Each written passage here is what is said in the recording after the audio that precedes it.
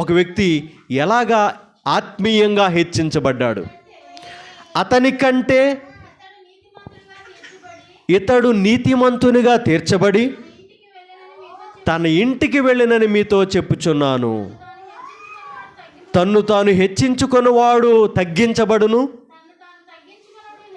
తన్ను తాను తగ్గించుకునివాడు హెచ్చింపబడని చెప్పాను. యేసు ప్రభువారు సుంకరి పరిసయ్యుడి యొక్క విషయాల గురించి తెలియచేస్తూ, సుంకరి ఏ విధంగా అయితే తగ్గించుకుని రొమ్ము కొట్టుకుని పశ్చాత్తాపడి యేసు ప్రభువునందు విశ్వాసం ఉంచి ఆయన కొరకు ఆయనకు ప్రార్థన చేసి నీతిమంతుడిగా తీర్చబడ్డాడో, పరిసయ్యుడు ఏం చేశాడంటే, పరిసయ్యుడు చేసిన పని ఏంటంటే తనను తాను హెచ్చించుకునే ప్రార్థన చేశాడు.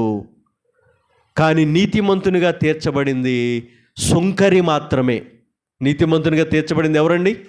సుంకరి మాత్రమే. ప్రియమైన వాళ్ళరా, అక్కడ తగ్గించుకుని ప్రార్థన చేసిన సుంకరి నీతిమంతునిగా తీర్చబడ్డాడు.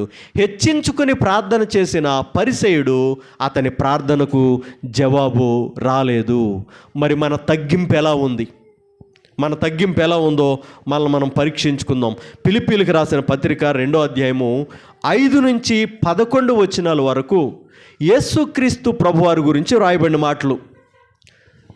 క్రీస్తు యేసునకు కలిగిన ఈ మనస్సు మీరును కలిగి ఉండుడి.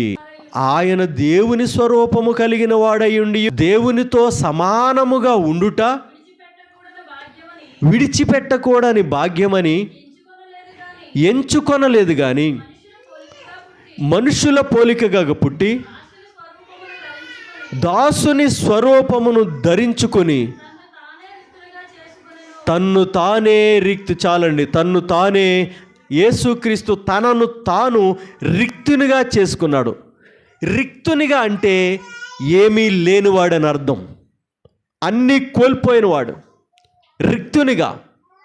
ప్రియమైన వాళ్ళరా, చూడండి, ఒక ఆమె పాట పాడుతుందంట, ఏమీ లేదు ప్రభువా, రిక్త హస్తాలతో నీ వద్దకు వస్తున్నాను. ఏ హస్తాలతో అంటండి? రిక్త హస్తాలు అంటే ఏంటి? ఖాళీ చేతులు ఏంటంటండి? కానీ మెడ నిండా బంగారం ఉందంట.